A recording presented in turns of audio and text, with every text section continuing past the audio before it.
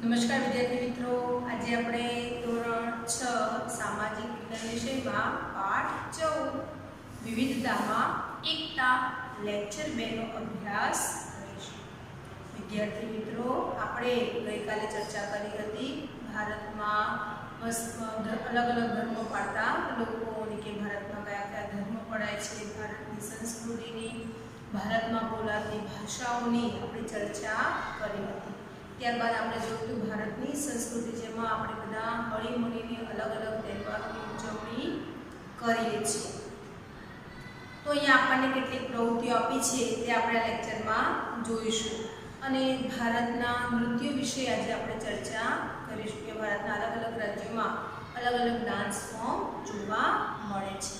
તો ચાલો શરૂઆત કરીએ આપણે આજના લેક્ચરની।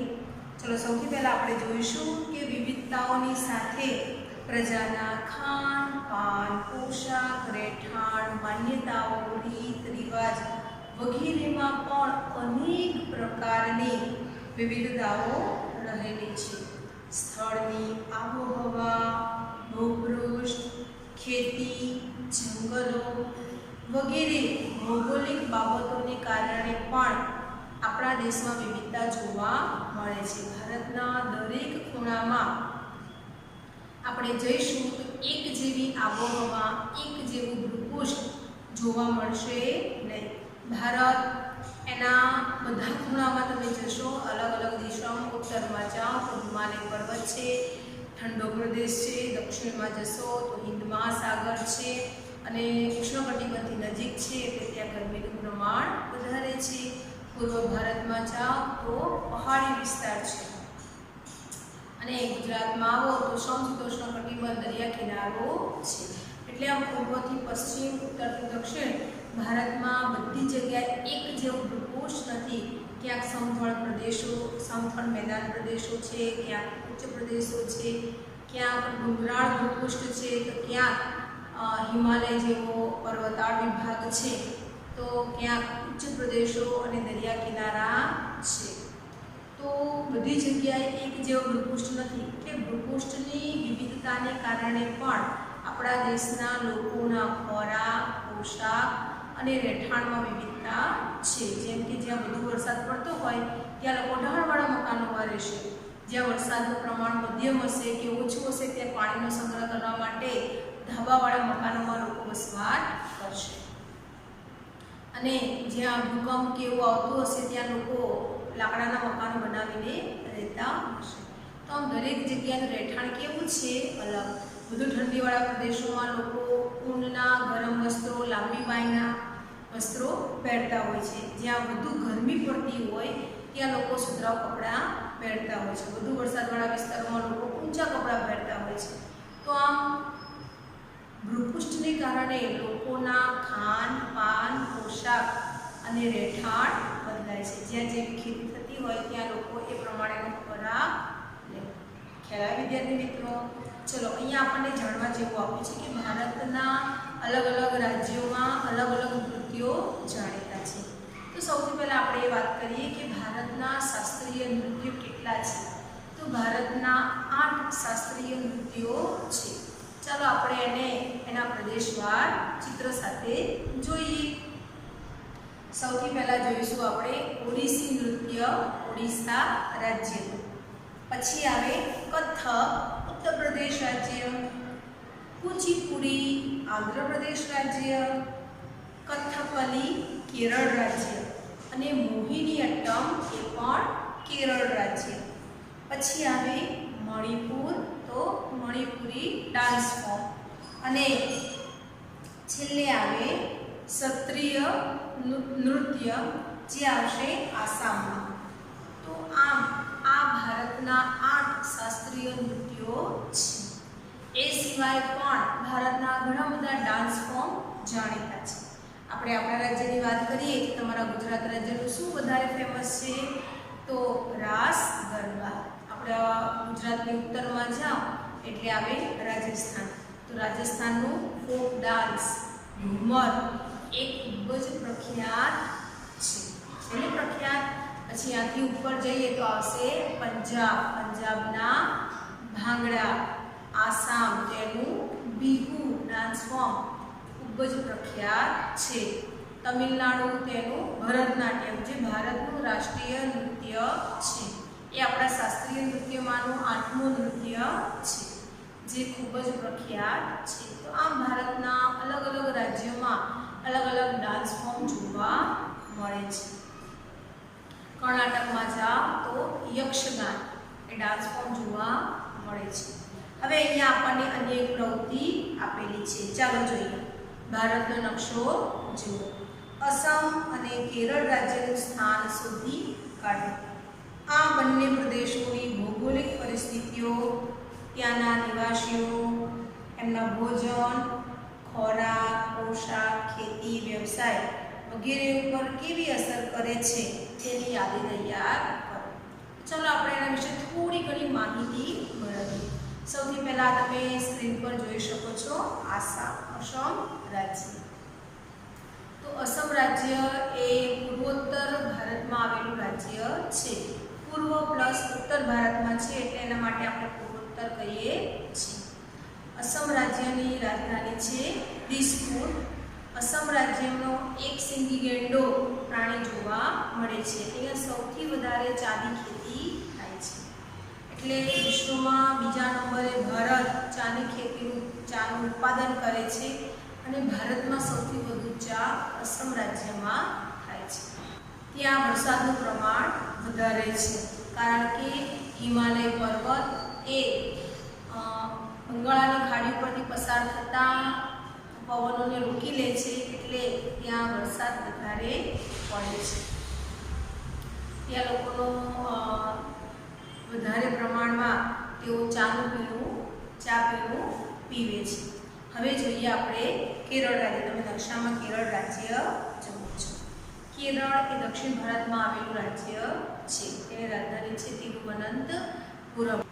દક્ષિણ ભારતની સૌથી મોટી પર્વત શૃંખલા અનાયમુડી એ કેરળમાં આવેલી છે. કેરળના લોકો મલયાલમ ભાષા બોલે છે. કેરળના લોકો ઓણમનો તહેવાર ઉજવે છે અને તેઓ ખોરાકમાં તમે આખી થાળી તમે ચિત્રમાં જોઈ શકો છો. આ એમનો ખોરાક છે. ત્યાં સૌથી વધારે નાળિયેરની ખેતી થાય છે.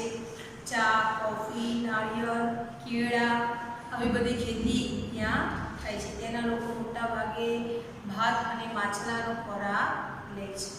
તો આપણે આ બે રાજ્ય વિશે માહિતી મેળવી. કેરળમાં પણ વરસાદનું પ્રમાણ વધારે છે, પણ દરિયા કિનારે છે ત્યાં સંઘાત આબોહવા અનુભવાય છે. હવે અહીંયા આપણને અન્ય એક પ્રવૃત્તિ આપી છે કે કેલેન્ડરની મદદથી તહેવારોની યાદી બનાવો. વિદ્યાર્થી મિત્રો, તમારા બધાના ઘરમાં ગુજરાતી કેલેન્ડર છે. ગુજરાતી કેલેન્ડરમાં બધા જ તહેવારો આપેલા છે. આપણા ગુજરાત રાજ્યમાં તહેવારની શરૂઆત અખાત્રીજથી થાય છે. અખાત્રીજનો તહેવાર પૂરો થઈ જાય. તમારે તહેવારોની યાદી કેવી રીતે બનાવવાની છે? તો સૌથી પહેલાં તો તમારે જાન્યુઆરી મહિનાથી તમારું કેલેન્ડર જોવાની શરૂઆત કરવાની.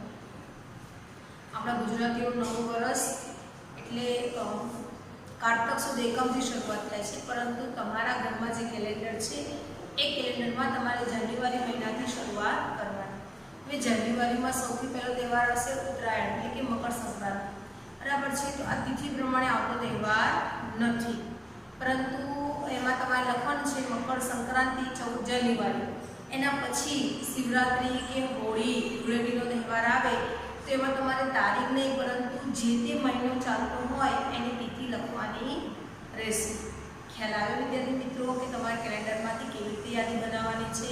તો સૌથી પહેલાં આવશે મકર સંક્રાંતિ, ત્યાર પછી આવે શિવરાત્રિ, પછી હોળી, ધૂળેટી, અખાત્રીજ, આવી રીતે બધા તહેવારો આવશે. બરાબર છે. અત્યારે આપણે ત્યાં આવશે તહેવાર અષાઢી બીજનો. તો તમે રથયાત્રા એની સામે અષાઢી બીજ શું લખશો? તો અષાઢી બીજની સામે લખશો અષાઢ સુદ બીજના દિવસે. એટલે આ તહેવાર ક્યારે આવે છે? તો અષાઢ સુદ બીજના દિવસે આવે છે. તમારા તહેવારોની યાદી તમારી સામાજિક વિજ્ઞાન નોટમાં બનાવવાની રહેશે. પછી અહીંયા આપ્યું છે કે નીચે કેટલાક તહેવારોના નામ આપ્યા છે. હવે આ તહેવારો કયા ધર્મના લોકો ઉજવે છે તેની માહિતી લખો. જેમ કે પહેલો તહેવાર છે પતેતીનો. તો પતેતીનો તહેવાર તમે કેલેન્ડરમાં લખશો એટલે એમાં તહેવાર આવશે. તો આ તહેવાર કોણ ઉજવે છે? તો પારસી ધર્મના લોકો આ તહેવાર ઉજવે છે. પછી આપણને આપી છે ઈદ. તો ઈદ કયા ધર્મનો તહેવાર છે? તો ઈદ ઇસ્લામ ધર્મનો તહેવાર છે. પછી આપી છે શિવરાત્રિ. તો શિવરાત્રિ હિન્દુ ધર્મનો તહેવાર છે. પછી આપી છે વૈશાખી. તો વૈશાખી એ પંજાબના લોકો મનાવે છે, એ શીખ ધર્મનો તહેવાર છે. પછી આપણને આપી છે નાતાલ. તો નાતાલ ખ્રિસ્તી ધર્મનો તહેવાર છે. અને મહાવીર જયંતિ તો જૈન ધર્મ. તો અહીંયા આપણને અલગ અલગ ધર્મના લોકોના તહેવાર આપેલા છે. અમે જે તહેવારોની યાદી બનાવી છે તેમાં બધા તહેવારોનો સમાવેશ થયો છે. પછી જોઈએ પ્રવૃત્તિ. હવે નીચે કેટલાક નૃત્યના નામ આપેલા છે. તે નૃત્ય કયા રાજ્યમાં છે તે ખાલી જગ્યાની સામે લખો.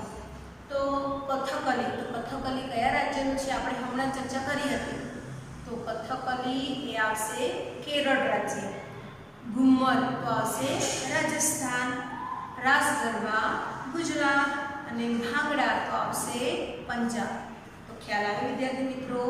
તમારે પ્રવૃત્તિ 1, 2, 3, 4 તો 4 પ્રવૃત્તિના પ્રશ્નના જવાબ તમારે લખવાના. તે પહેલો પ્રશ્ન છે તો ખાલી તમારે માહિતી જ મેળવવાની છે.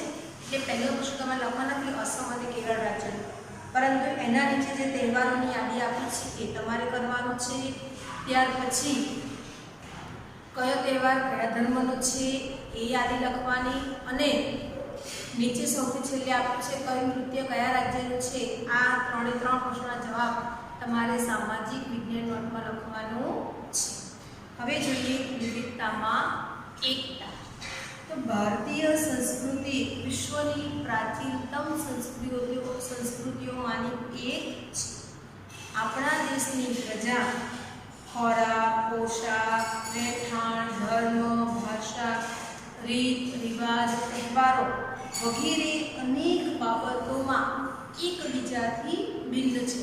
બધા ધર્મના તહેવારો, તેમને ઉજવવાની રીત, તેમના જે રિવાજો છે લગ્નના, મરણના, બાળકના એટલે કે બાળકના નામકરણના, તો આ બધા રિવાજો કેવા છે?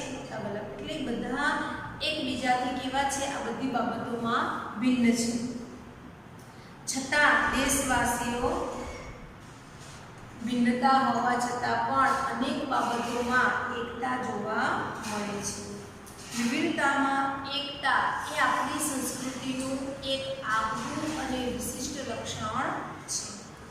જુદા જુદા ધર્મો, ભાષાઓ અને જાતિઓના લોકો પોતાના રાષ્ટ્ર માટે પ્રેમ, સન્માન, દેશ માટે ત્યાગની ભાવના તથા તાદામ્યની લાગણીનો એક સમાન અનુભવ કરે એને જ કહેવાય રાષ્ટ્રીય એકતા. જેને આપણામાં ભાવ, રાષ્ટ્ર પ્રત્યેનો પ્રેમ, એકબીજા પ્રત્યે ભાતૃભાવ, તો આ છે આપણામાં રહેલી રાષ્ટ્રીય એકતા.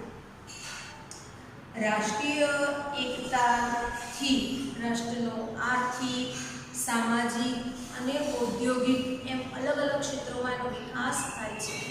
જો પ્રજા એક થઈને રહે, એક થઈને કાર્ય કરે તો ચોક્કસ એ દેશનો વિકાસ થશે. પરંતુ પ્રજા જો અંદર સંઘર્ષ કર્યા કરશે તો એના જે વિકાસનો પૈસો છે એના સંઘર્ષ પાછળ રહે છે. પરંતુ જો પ્રજા એક થાય તો એનો આર્થિક, સામાજિક, ઔદ્યોગિક તમામ પ્રકારનો એનો વિકાસ થશે. વિવિધતાઓની વચ્ચે પણ લોકો શાંતિ, સલામતી અને સમૃદ્ધિ પ્રાપ્ત કરે છે. તેથી જ ડૉક્ટર રાધાકૃષ્ણ સ્વામીએ કહ્યું છે કે, કોણ હતા ડૉક્ટર રાધાકૃષ્ણ સ્વામી? તો ભારતના પ્રથમ ઉપરાષ્ટ્રપતિ હતા અને ત્યાર પછી તેઓ રાષ્ટ્રપતિ હતા. અને તેમનો જન્મદિવસ 5 સપ્ટેમ્બર, જેને આપણે શિક્ષક દિન તરીકે ઉજવીએ છીએ. તેમણે કહ્યું છે કે જો આપણે એક રાષ્ટ્રના રૂપમાં જીવિત રહીશું તો આપણે સૌએ રાષ્ટ્રીય એકતાની આવશ્યકતા સ્વીકારવી જ પડશે. એટલે કે આપણે એક રાષ્ટ્ર તરીકે જીવિત રહેવું હોય તો બધાએ એક થઈને રહેવું પડશે. આઝાદીની લડતમાં દેશવાસીઓએ રાષ્ટ્રપ્રેમ, અને સમર્પણની ભાવના થકી રાષ્ટ્રીય એકતાના દર્શન કરાવ્યા હતા. વિવિધતામાં એકતા એ આપણા દેશની શક્તિ છે કે જ્યારે આપણને આઝાદી મળવાની હતી એના પહેલાં ભારતના લોકોએ બહુ સંઘર્ષ કર્યો. અંગ્રેજોની સામે એક થઈને લડ્યા. ત્યારે કોઈ ધર્મ, કોઈ જાતિ, કોઈ પણ પ્રકારના ભેદભાવ વગર સમગ્ર ભારતની પ્રજા એક થઈ અંગ્રેજોની સામે લડી અને એટલે આપણને આઝાદી મળી. તો આઝાદીની લડતમાં આપણને આપણા દેશની એકતાના દર્શન થયા હતા. ભારતની આઝાદી માટે 1857માં સૌથી પહેલા વિપ્લવ થયો હતો. એ વિપ્લવમાં ભારતની સમગ્ર પ્રજા એક નહોતી એટલે નિષ્ફળતા મળી અને પછી ગાંધીજી જેવા સક્ષમ નેતાના નેતૃત્વમાં ભારતની પ્રજા એક થઈ અંગ્રેજોની સામે લડી એટલે આપણને આઝાદી મળી અને આ આઝાદી આજે આપણે બધા ભોગવી રહ્યા છીએ. તો એ શા કારણે શક્ય બની કે આપણે સૌ એક થયા એટલે તો આપણામાં રહેલી એકતા એ જ આપણી શક્તિ છે. તો વિદ્યાર્થી મિત્રો, સૌએ સંપી હળી મળીને રહેવું જોઈએ. એકતામાં ઘણી બધી તાકાત છે. ખ્યાલ આવે વિદ્યાર્થી મિત્રો? તો અહીંયા આપણો લેક્ચર પૂર્ણ થયો. તો તમને જે પણ હોમવર્ક મોકલું છે તમારે લખવાનું છે. પ્રવૃત્તિ બાદ આ હોમવર્ક તમારે નોટમાં લખવાનું રહેશે. અસ્તુ.